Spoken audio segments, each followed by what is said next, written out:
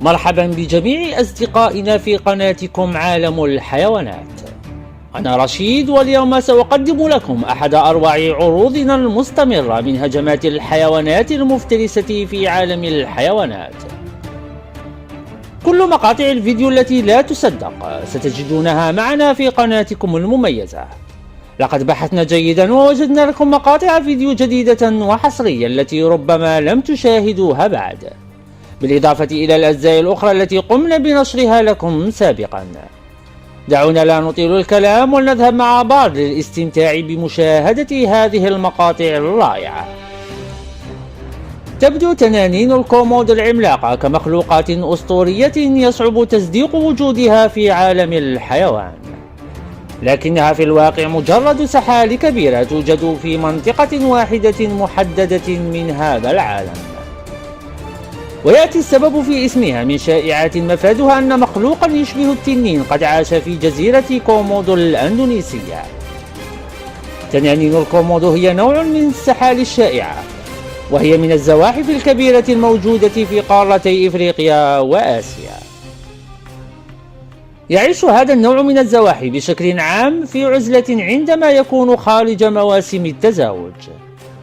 تحتفظ الذكور منها بإقليم ما، فيدافعون عنه ويقومون بدوريات استكشافية قد تصل إلى 2 كيلومتر في كل يوم أو أكثر. اشتهرت هذه السحالي بقدرتها المذهلة على قتل الحيوانات الكبيرة بلدغة واحدة فقط في هجومها عليها، وهذا شيء يجعلها أكثر روعة في طريقة صيدها في عالم الحيوان. عادة ما يجد التنين فريسته بعد لدغها وهي لا تزال على قيد الحياة وغير قادرة على الحركة بسبب آثار سمها. يحتوي سم تنين الكومودو العملاق على مجموعة متنوعة من المواد السامة، بما في ذلك تلك التي تمنع تجلط الدم وتمدد الأوعية الدموية. يؤدي هذا إلى انخفاض ضغط الدم لدى الفريسة، مما قد يؤدي إلى إصابة الضحية بالصدمة وعدم القدرة على الحركة. لهذا السبب فإن الحيوان يجلس هناك وينتظر موته المحتوم.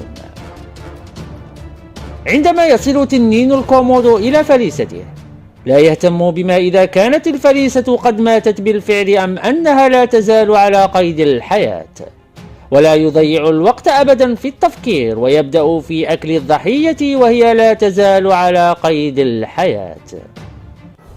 فيمكن للتنانين الأخرى الاقتراب ومحاولة الاستيلاء على فرائسها، لذلك يجب أن يكون التنين سريعا جدا في أكلها، وهذا هو السبب في أنه يبدأ في أكل فريسته وهي لا تزال على قيد الحياة. في الأخير أرجو يا أعزائي المشاهدين أن تكون مقاطع اليوم قد نالت إعجابكم ورضاكم. لا تنسوا دوما وضع إعجابكم بالمقطع، كما لا تنسوا الاشتراك في القناة وتفعيل جرس التنبيهات حتى يصلكم منا كل جديد.